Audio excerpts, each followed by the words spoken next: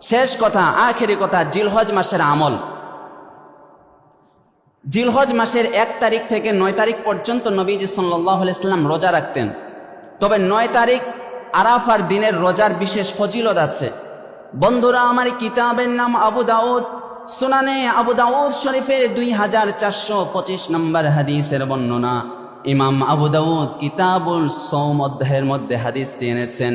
হাদিসটি বর্ণনা করেছেন আবু কতাদা রাদিয়াল্লাহু আনহু। নবীজি সাল্লাল্লাহু আলাইহি ওয়াসাল্লাম বলেন, সিয়ামু আরাফাতা, যে জিলহজ মাসের 9 তারিখের রোজা রাখবে, ইন্নী আহতাসিবু আলাল্লাহি আযজা ওয়া জাল্লা, আমি আল্লাহর কাছে আশা করি, আইয়ুকাফিরা আস-সানাতাল্লাতী ক্বাবলাহু ওয়াস-সানাতাল্লাতী বাদাহু, ওই ব্যক্তির আল্লাহ তাআলা পিছনের 1 বছর আর সামনের আরেক বছরের গুনাহ খাতাগুলো মাফ করে দিবেন। পড়েন সুবহানাল্লাহ। 9 মাস আরাফাত দিনের রোজা। বাংলাদেশে 9 জিলহজ যখন, তখন সৌদি আরবে 10 জিলহজ। সৌদি আরবে যখন 9 জিলহজ, তখন বাংলাদেশে 8 জিলহজ।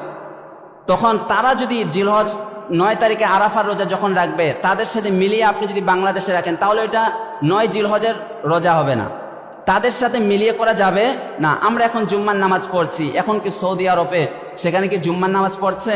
এজন্য একটা আহলে মূর্খ বের হয়েছে, এর নাম দিয়েছে আহলে কুরআন, মানে হাদিস টাদিস মানবে না, শুধু কোরআনে বাংলা তরজমা কি আছে এটাই দেখবে, মানে কোনো সার্টিফিকেট কোয়ালিফিকেশন কিচ্ছু নেই। এরা শুধু বিভ্রান্তিকর, মানুষকে গোমরা বানানোর এদের পায় তারা।